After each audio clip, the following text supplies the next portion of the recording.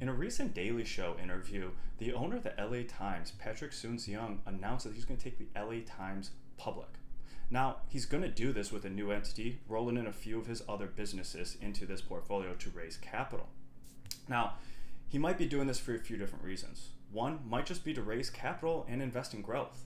Another reason could be that he wants to reduce his risk and overall exposure.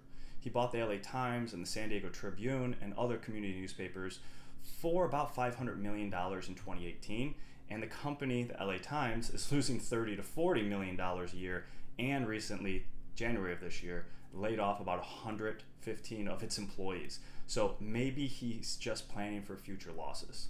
This could also be to push his narrative of democratizing the media.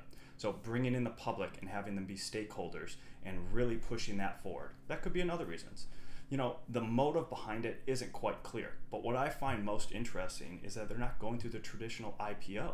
They're going through what we call a mini IPO, which is a Regulation A. Now, this allows two different tiers of investment. Tier 1 is up to $20 million. Tier 2 is up to $75 million. These tiers do require financial disclosures and a number of other forms, Form 1A, to be filed with the SEC. So we're not looking at the traditional, or the SPAC is what we did in 2020 and 2021. So this will be an entity that is vetted by the SEC and public filings.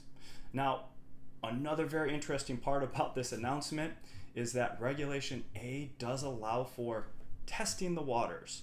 So this announcement and all the articles that came out after it on Thomson Reuters, on LA Times, and other publications, this could be a way for them to gauge interest on investment. Now, they can't offer anything, they can't offer any securities, they can't accept any money, they can't do anything for amount of time after they file and get approval for the SEC.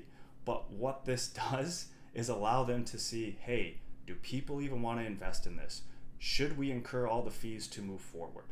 Now, we'll see what happens here, but my guess is that they will probably join the ranks of the New York Times, which is publicly listed. They'll get an infusion of capital.